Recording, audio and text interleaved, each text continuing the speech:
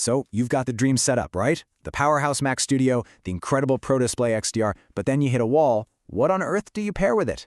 Finding that perfect second monitor is way harder than it should be, and that's exactly what we're going to tackle in this explainer. And this quote, man, it just hits the nail on the head. Right out of the gate, you're facing what we're calling the 1600 nit problem.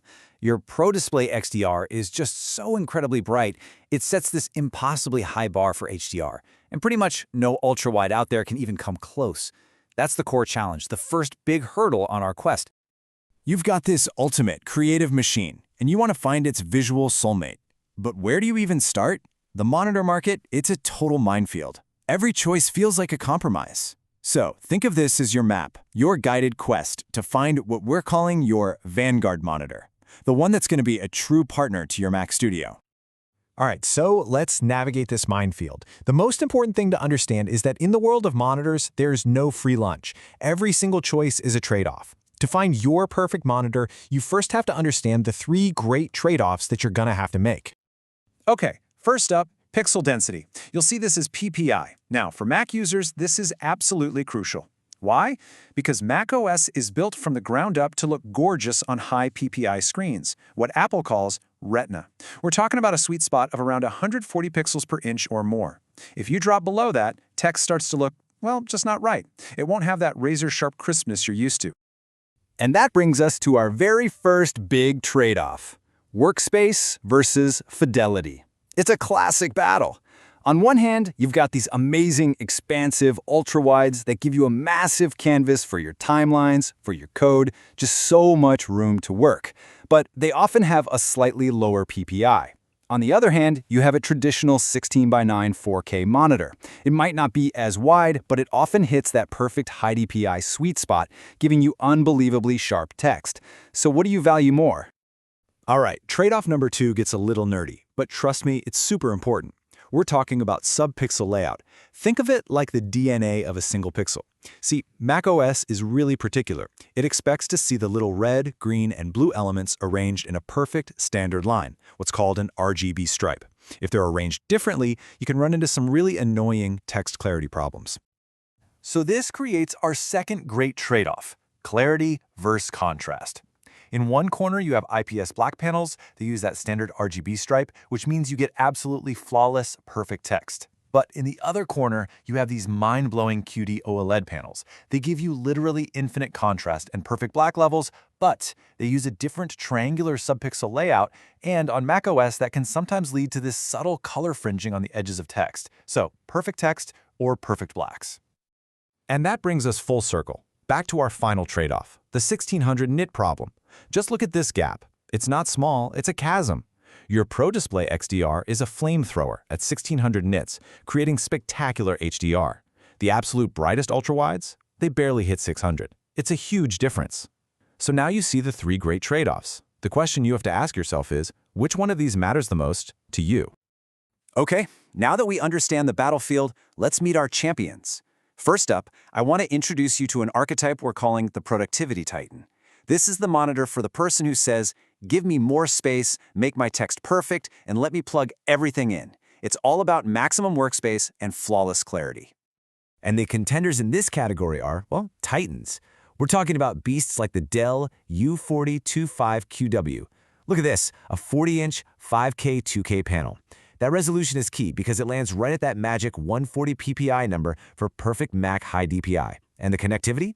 It's basically a full-blown docking station with Thunderbolt hubs, even Ethernet, ready to power your entire setup. So what are the key strengths here? It's simple. Productivity, productivity, productivity. You get that enormous 5K 2K workspace. You get that perfect PPI for crisp HiDPI. Because it's an IPS panel with that RGB stripe, text clarity is flawless.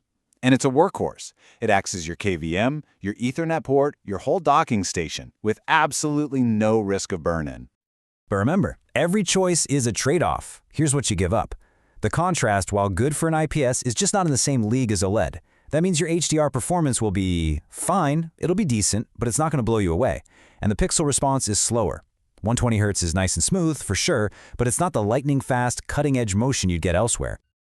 Okay, let's shift gears completely and meet our second champion, the immersive specialist.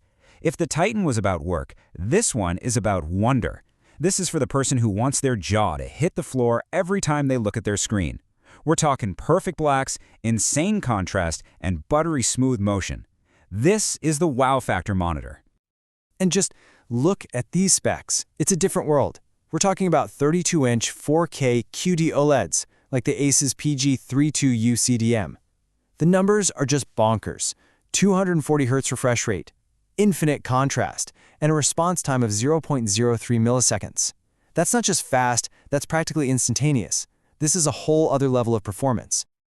So what does all that mean in the real world? It means a truly transformative experience. That infinite contrast makes movies and photos look breathtaking. The 240 Hz refresh rate makes every scroll, every animation feel impossibly fluid. And with HDR peaks hitting around 1000 nits, it's an absolutely phenomenal tool for color grading, creative review, or just enjoying content at its best. But you knew it was coming, right? The trade-offs. You've got that potential for slight text fringing on macOS because of the subpixel layout. You've got the long-term risk of OLED burn-in with static images. Although, to be fair, modern panels are really good at preventing this and often come with 3-year warranties. And generally, the connectivity hubs just aren't as robust as what you get on the productivity titans. And we have to give a quick shout out to the ultimate behemoth, the wild card in all of this, the 57-inch Samsung Neo G9. This thing is basically two 4K monitors stitched together into one seamless panoramic beast. If you want absolute maximum immersion and you have a desk the size of an aircraft carrier and a budget to match, this is it. Okay, so we've explored the minefield, we've met the champions. Now comes the most important part, choosing your vanguard. This isn't about me telling you which one is best. It's about empowering you to figure out which champion is the right one for your quest, for your workflow. Let's boil it all down to a couple of simple questions. First one, when you think about what you need most, is a massive, seamless, uninterrupted workspace your number one, top-of-the-list priority? If you immediately said yes to that, then your choice is clear. Your champion is the Productivity Titan.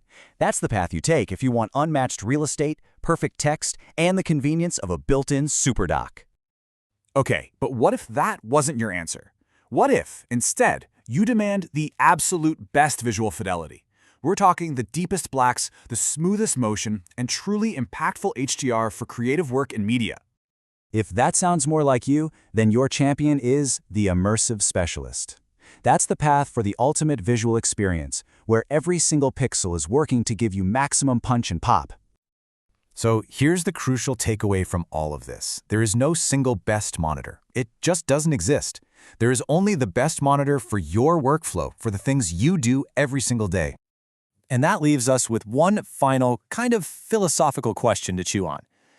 With panel technology moving this fast, is finding that one perfect monitor even a realistic destination? Or is the quest itself, the continuous search for your next vanguard, just part of the journey, something to think about?